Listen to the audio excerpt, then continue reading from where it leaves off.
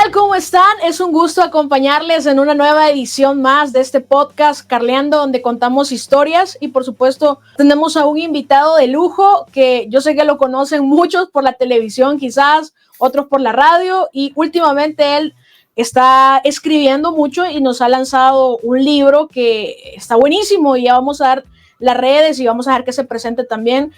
Nuestro invitado es Rafael Domínguez, empresario, periodista y escritor, a quien le damos la bienvenida y agradecemos el tiempo de estar acá en Carleando. Bienvenido, Rafa.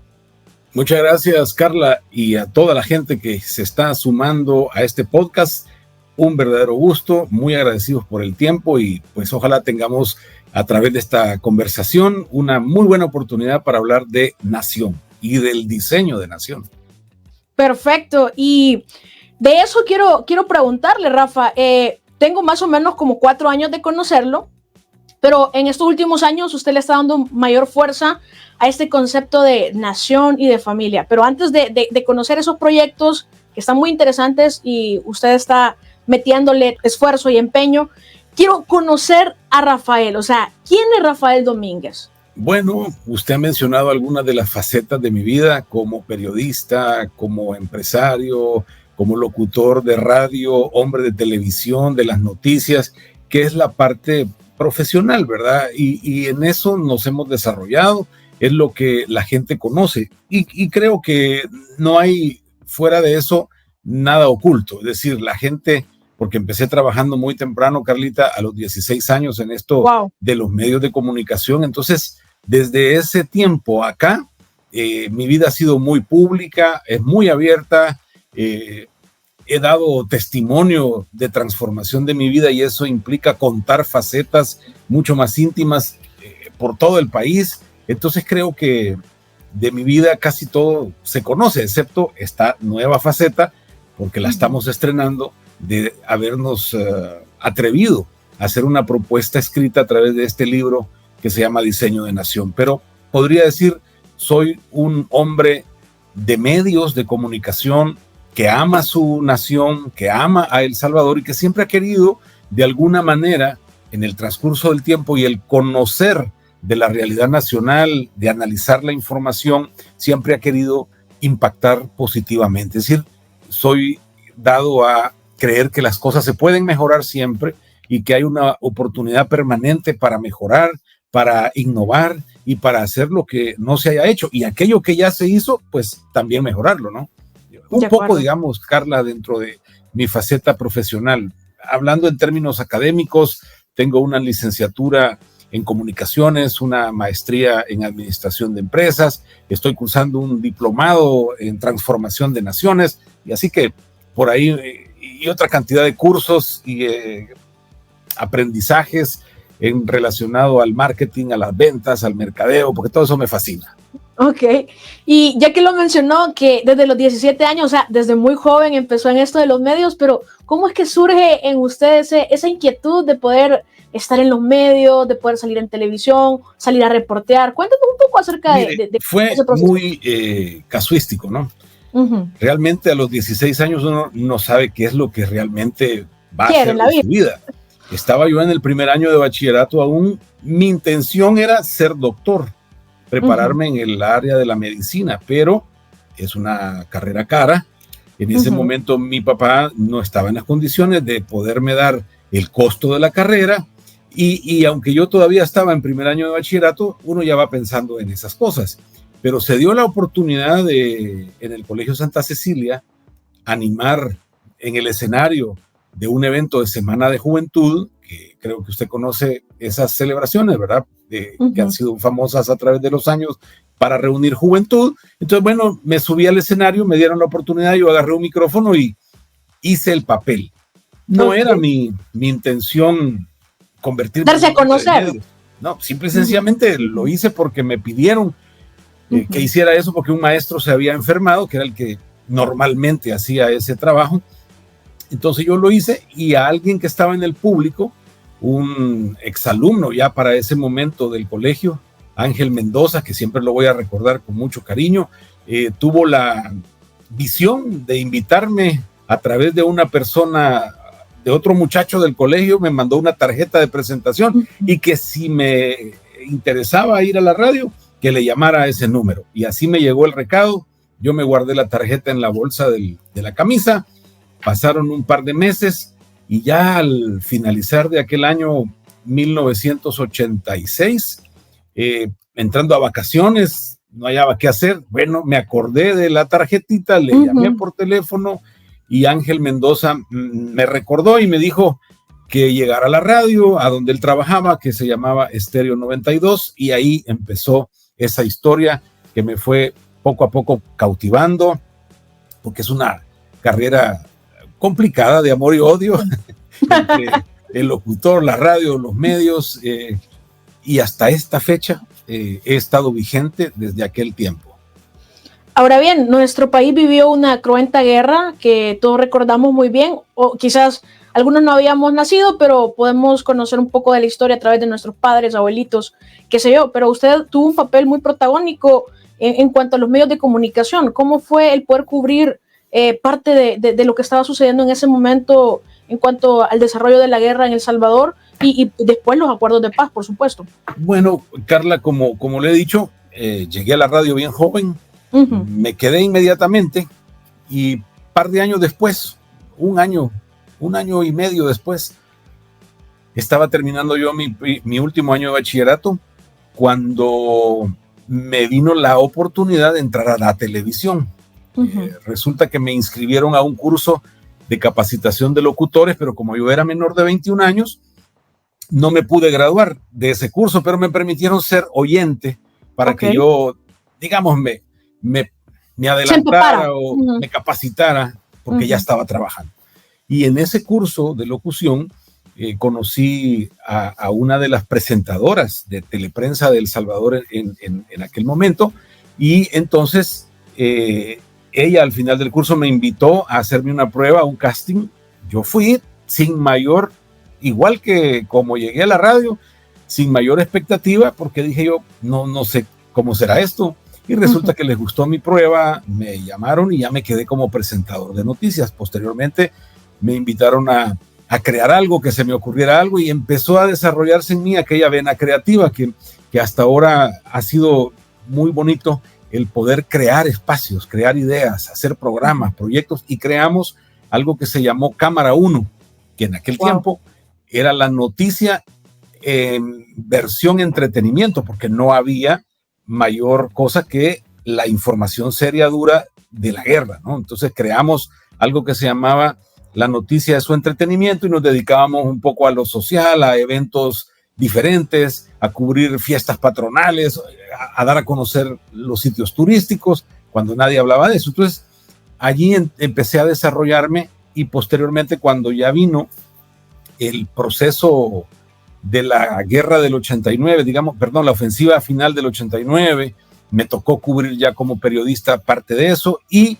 cuando vino el proceso de diálogo, creyeron que yo podía hacerlo, me mandaron a cubrir ese proceso sin mayores expectativas, y logramos estar los últimos 3 meses de esa negociación, bendito sea Dios que se dio, y fui protagonista de ese proceso que nos llevó a la firma de los acuerdos de paz en el año ya 92 en Chapultepec, y el 31 de diciembre del 91 en Nueva York, cubriendo el preacuerdo, digamos, o el cierre del conflicto, y que fue ahí donde tuvimos la oportunidad de hacer esa famosa llamada a las 12 de la noche, mientras toda la gente estaba a la expectativa y celebrando el fin de año, pues le dimos la buena noticia de que se había terminado la guerra.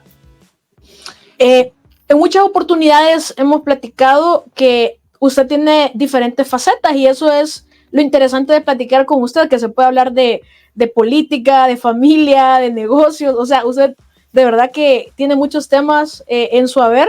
Y ahora hábleme del Rafa emprendedor. En una ocasión me habló de que había creado carretillas, que había creado muchos productos. Hábleme, ¿cómo es eso de Tiene buena memoria, Carlita. ¿Cómo es eso de que usted le fascina emprender, tener sus negocios? No sé, es aquel deseo también de ganarse la vida honradamente y de pensar que puede también generar alguna necesidad o llenar alguna necesidad de otros a través de la creación, ¿verdad? Entonces yo he tenido siempre esa inquietud y quería ser siempre empresario.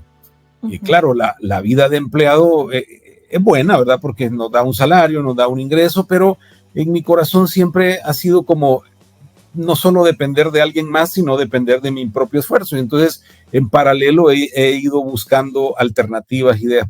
He trabajado de muchas cosas, Carlita, y por ahí se me ocurrió hacer carretillas para llevar tambos de gas, que la mayoría de gente se la pone al hombro el tambo y va a traerlo, ¿verdad?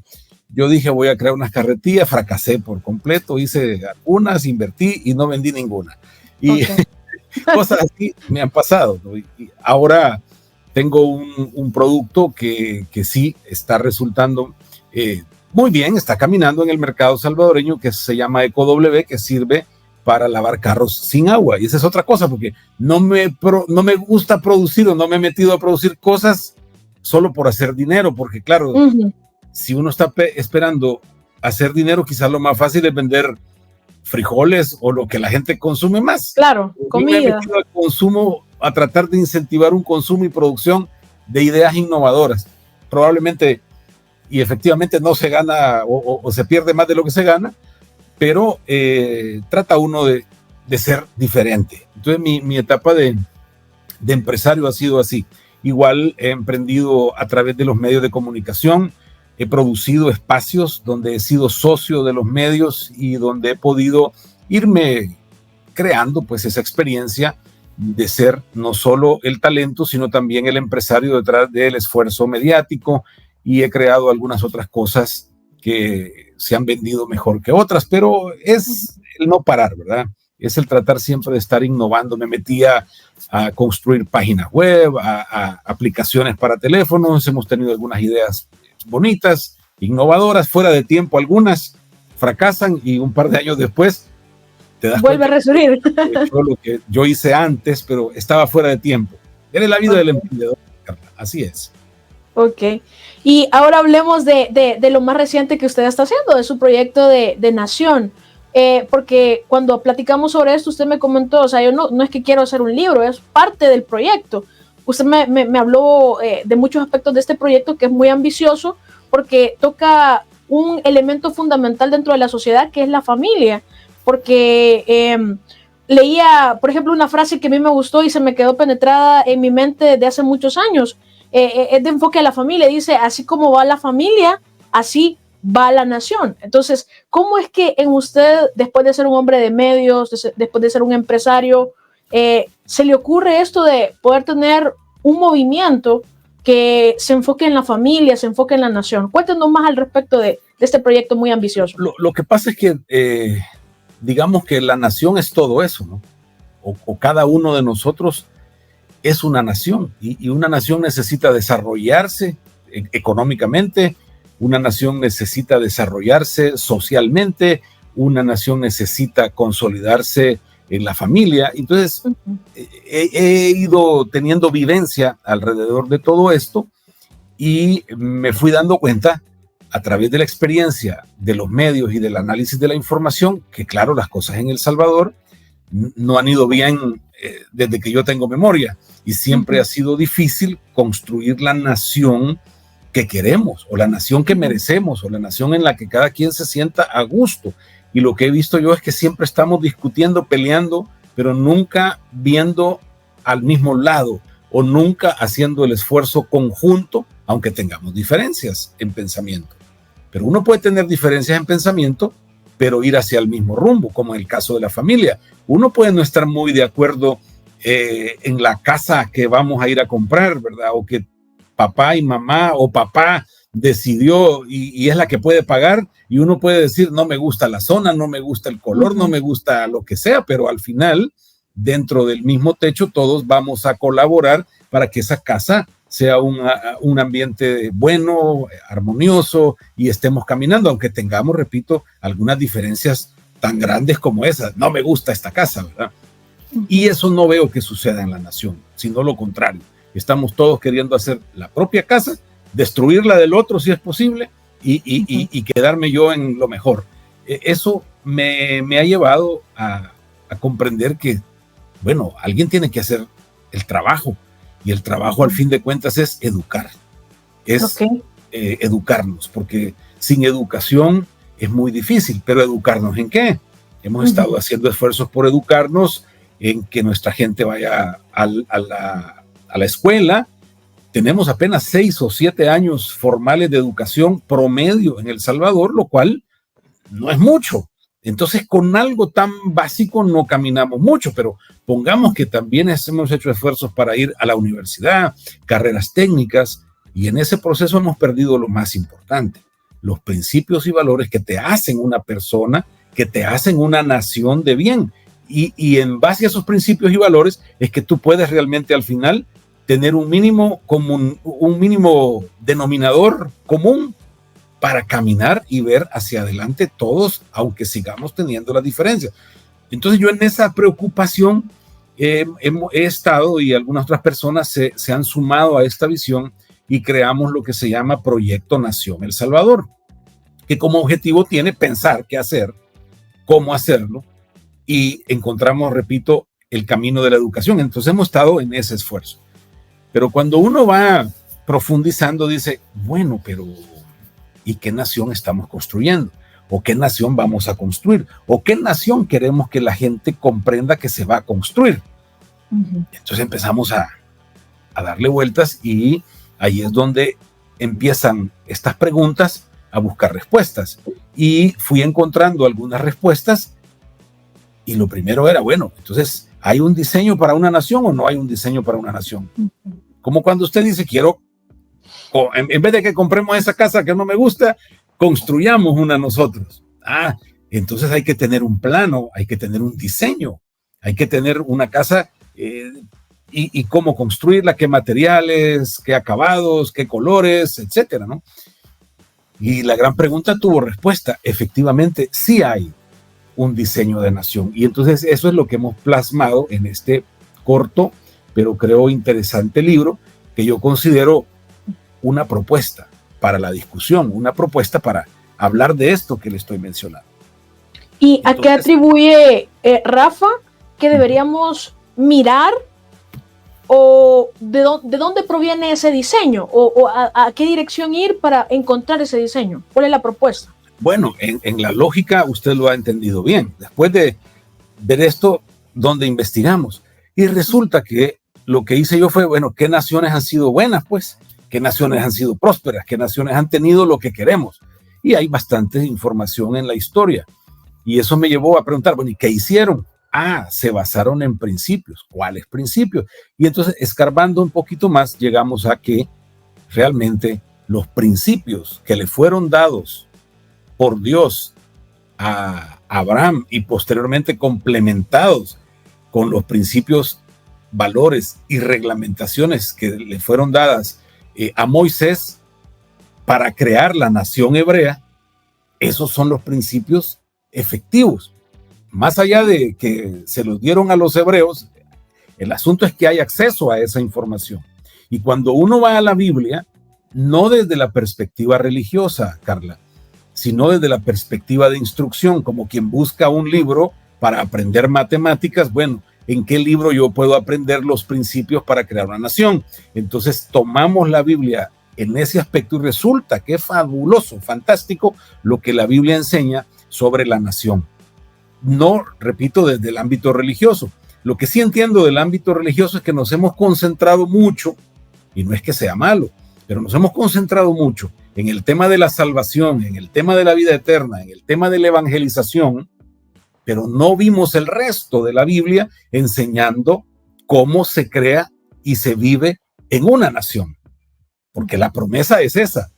Si haces, por ejemplo, como dice Deuteronomio 28, si haces todo esto, te va a venir todo esto. Son reglas no para la salvación, sino para que usted viva bien con sus demás parientes y con la gente de la sociedad en la que usted se está desarrollando como nación. Entonces es muy interesante encontrar que esos principios siguen vigentes, han servido para formar las naciones más exitosas en el globo terráqueo, y que aquellos que los tuvieron y ahora se alejan de los principios, también vemos el logro y el declive en la misma proporción en la que se acercaron o se alejan ahora de esos principios. De acuerdo. Ahora, todo tiene un génesis, o sea, quiero saber cómo es que Rafa de repente dice, ok, pero la Biblia es una fuente de inspiración, voy a leerla, a meditar en ella, y es donde Dios empieza a hablarle y pues a darle todo este material que ahora usted pone a disposición de todo el pueblo salvadoreño, y me imagino que también de toda la gente, porque entiendo yo que está también en la web este libro y es masivo, o sea, quieren ustedes regalarlo y que todo el mundo acceda a él. Es correcto, así es, Carlita. Pues Diseño de Nación, digamos que la inspiración, ¿verdad?, de la realidad nacional, la vivencia, al final también viene por experiencia personal en la familia, ¿verdad? Porque cuando yo tuve mi acercamiento y mi convicción de que Jesucristo era el camino, la verdad y la vida, y para mí la salvación, empecé a caminar en el estudio de la palabra y empecé a investigar cómo acercarme más a Jesús y todo lo demás. Allí hubo una oportunidad valiosa porque yo leía la Biblia y por la experiencia mediática del periodismo y de querer cambiar las realidades, resulta que en mi mente y en mi corazón había como un juntar dos temas. ¿Querés cambiar la nación y la familia? Y aparecía la familia y la nación. Y entonces yo no entendía, y es un poco, también lo narro en el libro, digo yo, bueno, ¿y por qué es que me sale esto? Porque uno quiere, no entendía, pues, no entendía. Para ese tiempo yo venía de un divorcio, estaba tratando de armar una familia, no sabía cómo era eso, estaba apenas aprendiendo mi relación personal con Jesús, pero no sabía el resto. Y entonces el tema familiar era para mí como algo más social, ¿verdad? No entendía la profundidad de lo que la familia significa. Pero Dios se fue encargando de capacitarme hasta que un día que yo me frustré tanto porque decía yo, ¿por qué me viene esto de la familia y la nación? Y Dios me dio esa frase que usted ha mencionado, solo que con otras letras, pero es la misma. Si arreglás, si rescatás la familia, rescatás la nación. Y luego me preguntó, ¿cómo está la tuya? Ahí entonces yo entré en crisis, porque para ese momento yo no me había casado y todo lo que ya le he dicho, los hijos de mi esposa eran mis amiguitos, por decirlo de una manera, pero ¿verdad? No era la conexión.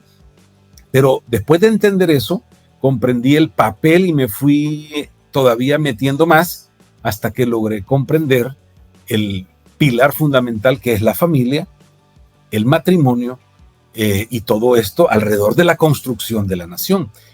Y le digo que esa frase que usted ha mencionado, no solo también la ha mencionado el pastor que usted menciona, hay otros que también la han dicho de otra forma y en otro momento. Claro. Porque claro, no nos la hemos inventado nosotros, pero en cada momento ha servido para empujarnos a esta reflexión. Tal vez unos lo hemos entendido más profundamente que otros, o algunos hemos estado haciendo un esfuerzo de otra manera y no como quizás se ha requerido para este tema, porque al final, repito, arreglar la familia para arreglar la nación no es un tema religioso. No es un tema religioso. De hecho, yo en el libro digo, Carlita, que no tiene nada que ver con la salvación, porque el diseño de nación, como diseño, usted lo puede agarrar o lo puede desechar. Ahí es como usted quiera vivir, pero las naciones, las familias, las personas que han hecho buen uso del diseño, viven mejor. Según como usted lo barajea, Rafa, a veces pensamos que una familia solo se compone, por ejemplo, de esposa, esposo e hijos, pero según lo que usted está planteando, entonces, por ejemplo, una familia que no ha podido tener hijos, o sea, esa pareja puede constituirse entonces una nación. Mire, qué bonito lo que usted dice, porque me lleva a la respuesta. No hay familia perfecta, sino que hay un diseño perfecto. Pero la familia no es perfecta, ni la de Jesús fue perfecta, porque José no fue el papá biológico de Jesús, lo cual no impidió que esa familia alcanzara el diseño y tuviera un resultado. Usted puede ver otros casos, ¿verdad?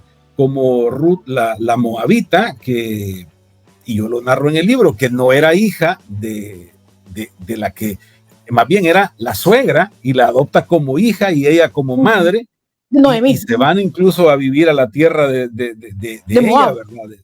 De la mamá, de su esposo, y se casa con vos y perfeccionan esa familia, pero es imperfecta, pues, porque no solo era moabita, sino que también no era familia, pero termina casándose con vos, que era el familiar, y de toda esa línea genealógica, usted sabe, procede Jesús.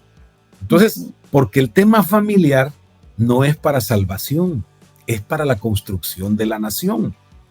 Pero el diseño tiene sus elementos, ¿verdad? Cuando hablamos de familia, porque hay que entender que la familia sirve para crear nación. Y ahí voy a ir un poquito más atrás. Dios, como diseño, ve de nosotros, no ve personas, ve naciones. Usted y yo, para Dios, somos una nación cada uno. El asunto es si usamos eso para el diseño o no. Me puedo quedar sin tener hijos, también puedo hacerlo.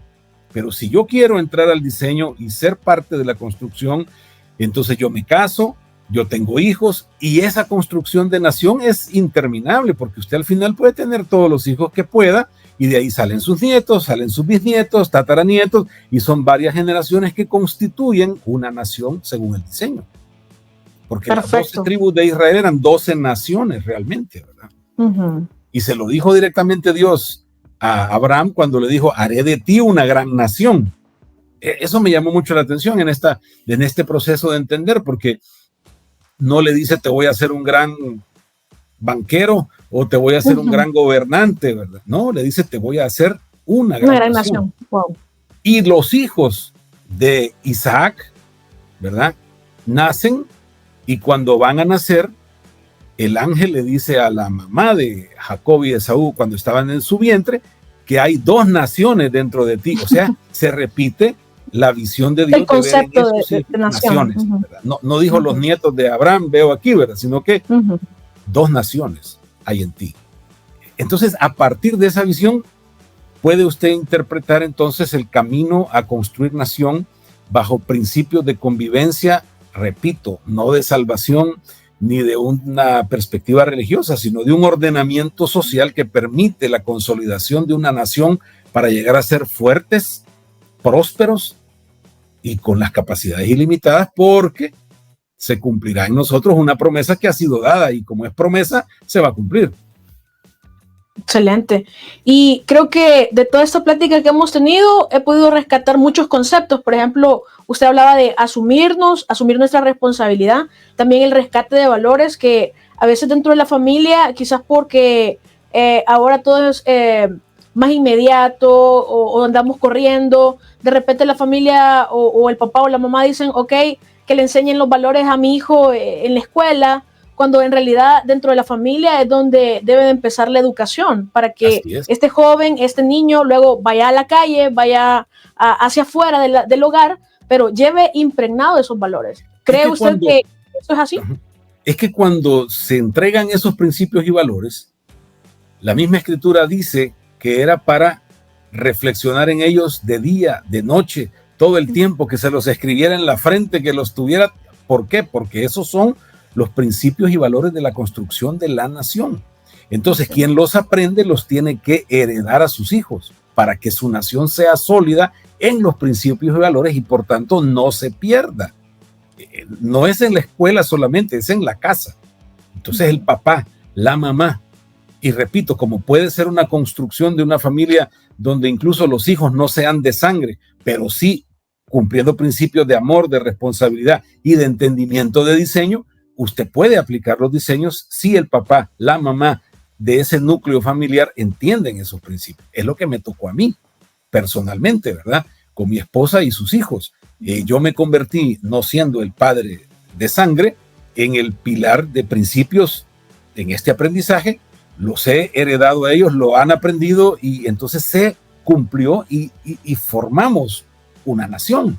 Y formamos una nación que ya va viendo los frutos de la repetición de esos principios. Y nosotros podemos dar testimonio y damos fe de que nos ha ido mejor viviendo de esta forma. Entonces el diseño no es un tema religioso, no es un tema más que de constituirse en los principios y valores que Dios le dio al pueblo hebreo, que son la construcción de una nación. Entonces, Carlita, aquí está nada más la propuesta de tómelo o déjelo. Dios no va a protestar por ello. Dios llora por la salvación de las almas, ¿verdad? Pero ese es otro proceso. Ese lo podemos discutir de otra forma, pero este es solo para que usted viva bien, para que le vaya bien, para que sea próspero, para que los vecinos lo aprecien, para que usted aprecie y haga crecer su propia nación, que su familia sea buena. Entonces va a funcionar el diseño de la nación. Y por ende, Carlita, aquí viene la clave. Cuando usted y yo, sus hijos, mis hijos, los hijos de los vecinos suyos y míos, y todos tenemos una misma base de principios, entonces de esos hijos van a nacer los gobernantes. Y entonces no importa quién llegue al gobierno, porque para una nación necesitamos un gobierno, pero no importa quién llegue, si llega con los mismos principios que usted y yo respetamos, y que él también o ella va a estar dispuesta a respetar y a mantener. Entonces la nación le va bien, pero ahorita usted y yo tenemos unos principios, pero el que estamos llevando a X cargo de responsabilidad tiene otros, e incluso nos está pisoteando los principios que nosotros tenemos. Ahí se empieza a deteriorar el curso de la nación. Rafa, de verdad que se nos ha acabado el tiempo, pero ha sido interesante esta plática. Yo creo que los oyentes se van a quedar picados de poder ir a su página web, y por eso le voy a dar la oportunidad ahorita de que nos dé la página web o las redes sociales donde pueden buscar su libro, pueden descargarlo, porque es interesante esta propuesta que nos está haciendo. Yo nada más venía a mi mente este pensamiento de si nos asumimos ahorita como personas, va a cambiar la nación, por ende vamos a ser respetuosos de las leyes de tránsito, vamos a poder respetar o saber de que mis derechos llegan hasta cuando comienzan los del otro, y vamos a empezar a tener una mejor convivencia. Pero el problema es que siempre también nosotros queremos que otros comiencen, que otros hagan, pero nosotros no queremos asumirnos. Así que dejo el tiempo para que usted se despida, Rafa. Y solo decirle que si usted tiene en usted los principios de bien, usted no necesita leyes.